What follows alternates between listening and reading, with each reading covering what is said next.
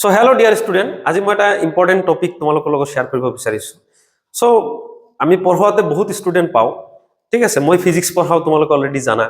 তো ফিজিক্সত পঢ়োৱাতে কি হয়, মই বহুত ষ্টুডেণ্ট চাওঁ যে তেওঁলোকৰ বিশ্বাসেই নহয় তেওঁলোকে ফিজিক্স পাৰিব বুলি, ঠিক আছে।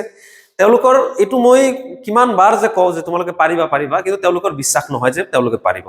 আকৌ বহুত ষ্টুডেণ্ট মই ইনিচিয়েলি ফাৰ্ষ্ট ইয়াৰত দুৰ্বল ষ্টুডেণ্ট পাওঁ, কিন্তু তেওঁলোকে লাহে লাহে লাহে লাহে ট্ৰাই কৰি কৰি তেওঁলোকৰ এটা মনত বিশ্বাস আহি যায় তেওঁলোকে পাৰিব বুলি। এতিয়া কথা হ'ল এই যে এই বিশ্বাস বস্তুটো কেনেকুৱা বস্তু, মই ইয়াৰ ওপৰত অলপ ফিজিক্সৰ ৰেফাৰেন্সত মই কৈছোঁ, এইটো তুমি লাইফতো এপ্লাই কৰিব পাৰিবা। যেতিয়া আমাৰ এইচএছ ফাৰ্ষ্ট ইয়াৰত ষ্টুডেণ্ট এটা এডমিশ্যন লয়, এডমিশ্যন লোৱাৰ লগে লগে তেওঁলোকৰ মূৰত এই আমাৰ সিনিয়ৰ যিসকল ষ্টুডেণ্ট আছে, এই সিনিয়ৰ ষ্টুডেণ্টবিলাকে সোমাই দিয়ে যে ফিজিক্স বহুত টান। আচ্ছা, এইটো যেতিয়া সোমাই দিয়ে তেতিয়া তেওঁলোকে পঢ়াৰ আগতে ভয় খায় যে এইটো বহুত টান। আৰু প্ৰত্যেকবাৰতে বেছিভাগ ষ্টুডেণ্টে প্ৰত্যেকবাৰতে সেই একে ধৰণৰ কথাই কয়, ফিজিক্স ছাৰ বহুত টান, মই কেনেকৈ পাৰিম, ফিজিক্সটো নোৱাৰো। এই কথাটো বাৰে বাৰে যেতিয়া ৰিপিট কৰে, মাইণ্ডত তেতিয়া অলৰেডি প্ৰগ্ৰাম হৈ যায় যে ফিজিক্স বহুত টান, ফিজিক্সৰ যি বস্তু চাই সেইটোৱে টান বুলি কয়। যেতিয়া মাইণ্ডত অলৰেডি প্ৰগ্ৰাম হৈ যায়, তেতিয়াহ'লে যদি সহজ কুৱেশ্যন তেওঁৰ সন্মুখত দিয়া হয়, তেওঁৰ মাইণ্ডে এইটো একচেপ্ট কৰিব নোৱাৰে যে এইটো মই পাৰিম বুলি। আৰু তেনেকৈ ফিজিক্সত লাহে লাহে ষ্টুডেণ্টবিলাকে দুৰ্বল হৈ আহে।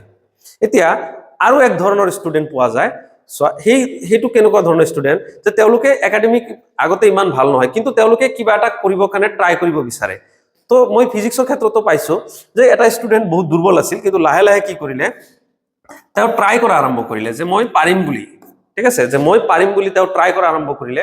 আৰু এই অলপ অলপকে ডেইলি অলপ অলপকে পঢ়াৰ পিছত, ট্ৰাই কৰাৰ পিছত এটা দেখা গৈছে যে 2 বছৰ পিছত যেতিয়া এইচএছ ফাইনেল এক্সাম দিছিল, বহুত ভাল ৰিজাল্ট কৰিছিল আৰু আজি তেওঁ এটা ভাল পজিশ্যনত কাম কৰি আছে, ঠিক আছে। তো মই ইয়াতে বিলিভ শব্দটো ইউজ কৰিছোঁ এইকাৰণে যে বিশ্বাসে মানুহক ধ্বংসৰ পথলৈ লৈ যায়, বিশ্বাসে মানুহক সঠিক পথলৈ লৈ যায়। এইটো মই ফিজিক্সৰ কাৰণে কৈছোঁ, তুমি লাইফতো হ'ব পাৰে এইটো।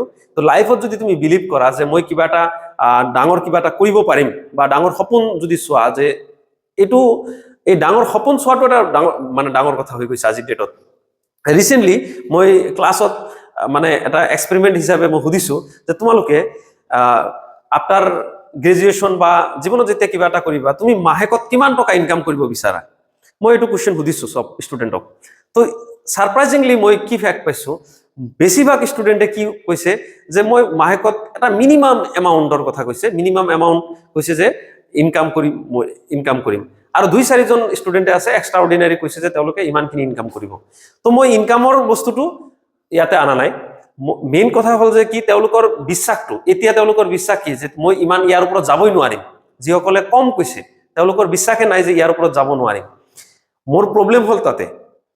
তো মই তোমালোকক, মৰমৰ ছাত্ৰ ছাত্ৰীসকলক এটাই পৰামৰ্শ দিম যে তোমালোকে ডাঙৰ সপোন চোৱা আৰু সেইটো বিশ্বাস কৰা যে মই এইটো পাৰিম, আৰু তাৰ কাৰণে ডেইলি অলপ অলপকে একশ্যন লোৱা, ঠিক আছে।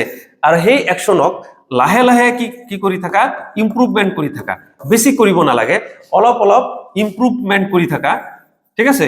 অলপ অলপ ইম্প্ৰুভমেণ্ট কৰি থাকিলে তুমি তোমাৰ যিটো ডেষ্টিনেশ্যন, সেই ডেষ্টিনেশ্যনত তুমি পাই যাবা, ঠিক আছে। আশা কৰোঁ মোৰ মেছেজটো বুজি পাইছা। ধন্যবাদ।